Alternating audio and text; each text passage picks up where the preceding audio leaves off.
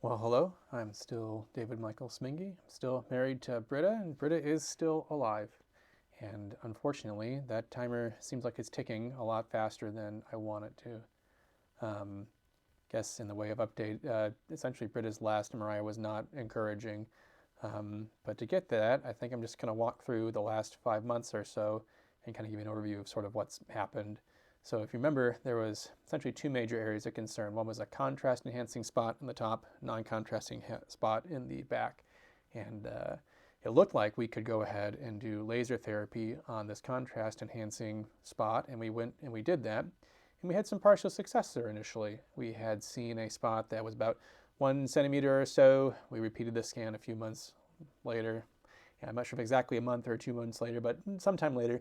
And essentially, it hadn't changed all that much, which I think was very encouraging. And sort of in the background of that, we had been doing a medication that was essentially an IDH1 inhibitor as well. And that actually was discontinued because once sort of a therapy hasn't demonstrated efficacy and it's very expensive, because her tumor was growing on this medication, it was denied by her insurance, and we thought about different other therapy options from a pharmacotherapy standpoint, and essentially all of those medications were denied by her insurance for various reasons. And I think as I reflect on that, I think one of the most painful lessons I've learned in medicine, and it's a lesson I don't necessarily like that I've learned, but it's one that I've had to learn, is that resources are limited. And when I think about just the enormous expense that cancer treatment can be,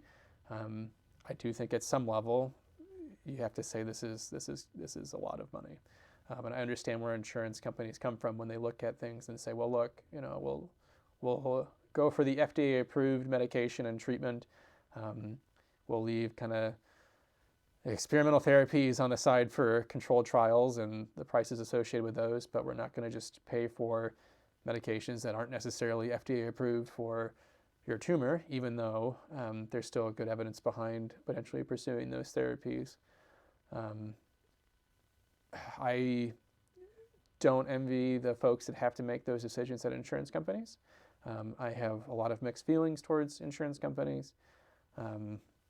I'm grateful for what they have covered and what they have not covered. It's frustrating, but I understand some of their positioning too. So, all that to say, essentially no medication was approved for a while. And then, unfortunately, through that process, we also learned that Brita's tumor was growing about 3-4 weeks ago.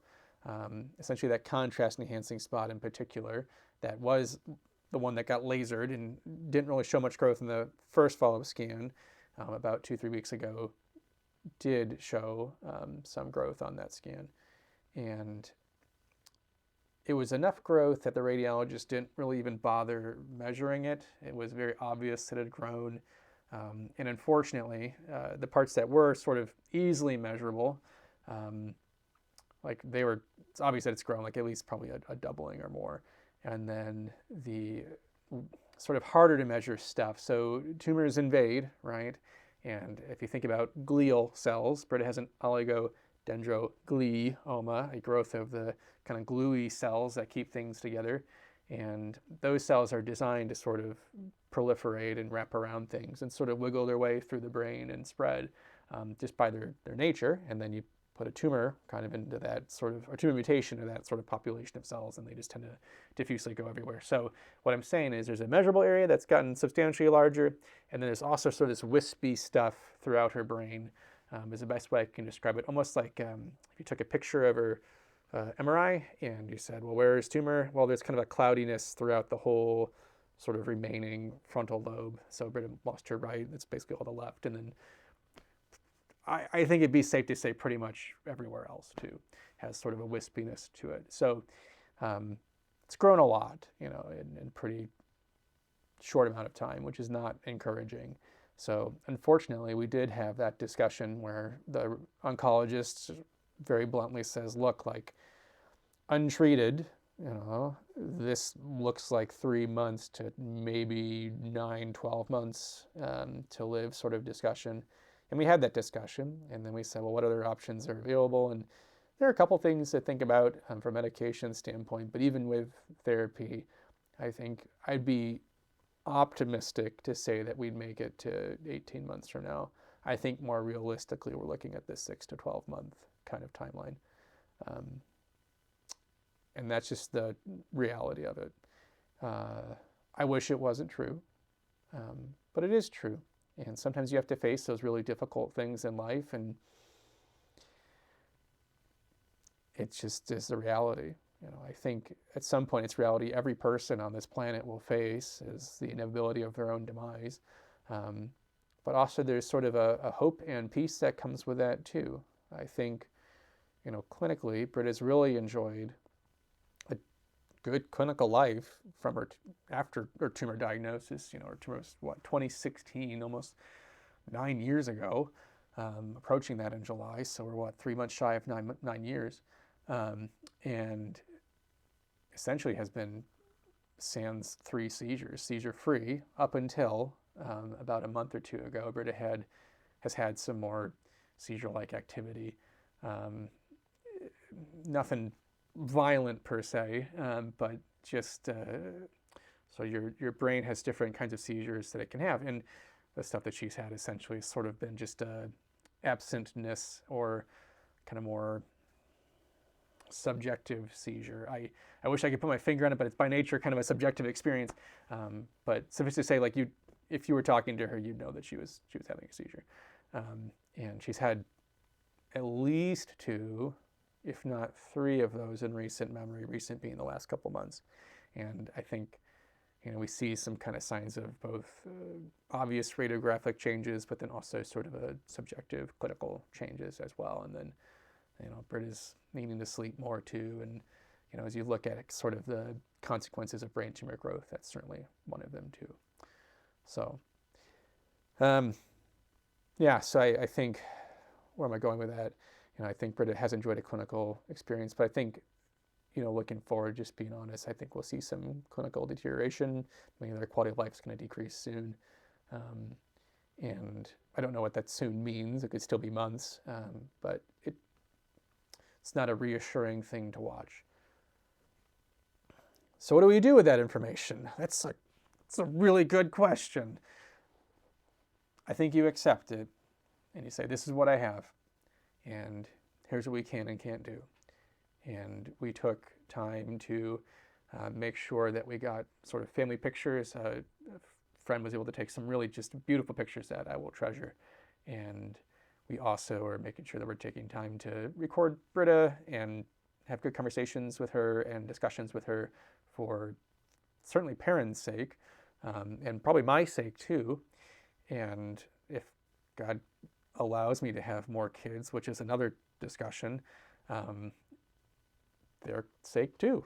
And we need to figure out how to make the most of the time that we have. And I don't think that's an easy thing to really put your finger on. It's really difficult, even from a work standpoint, to try and plan this. So I will be dialing down my time soon, in terms of going to like an 80% time and making kind of the rest of the work sort of administrative stuff I can do asynchronously, and then sort of keeping FMLA for when things get worse.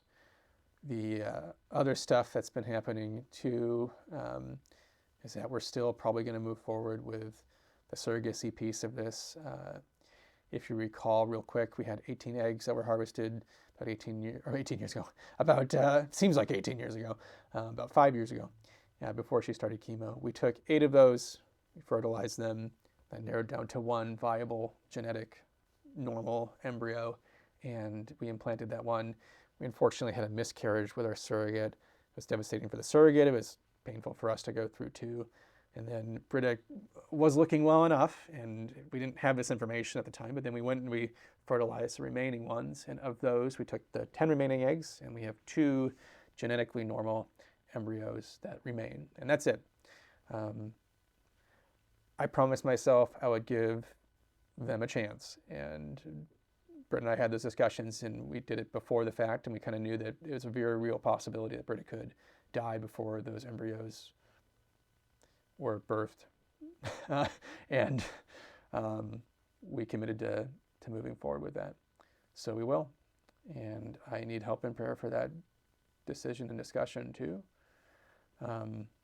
Along the way here, Brita also fell at some point, probably about 7 weeks ago on walking home. She fell on some ice, and she recovered from that, was walking around fine, but then about 4 weeks after that, about 3-4 weeks after that, she started hobbling a bit more and couldn't really tell me how she hurt her knee. She can't remember it. She just knows that it was hurting worse that day. So a week or so after that, we went and got that x-rayed, and it turns out Brita also has a patella fracture, which is your kneecap fracture.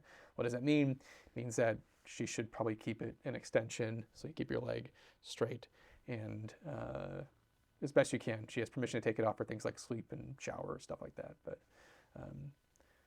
yeah, so we have limited mobility and limited time, and that makes things even a little more challenging in light of everything else I just told you. Yep, that's where we're at. So, kind of recapping, Brita's tumor is growing. We're back on one medication that is in the same family as an IDH1 mutation inhibitor. That will probably slow things down and buy us maybe a couple more months than if we had done nothing.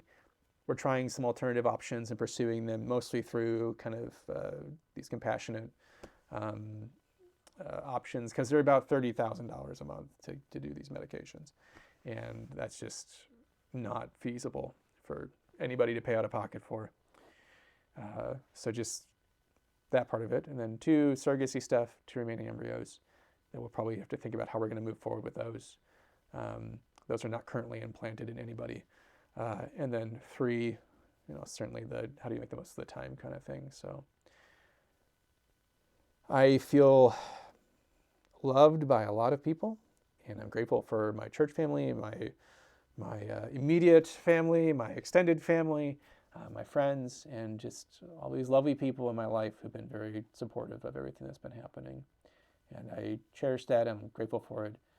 I appreciate and I'm grateful for your prayers. I think if I was praying kind of person, I would just pray that the prayer has always sort of been that Perrin would grow up with his mom.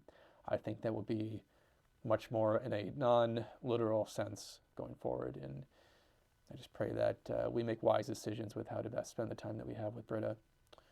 You can pray for me as we kind of look at the next 12 months, what that means.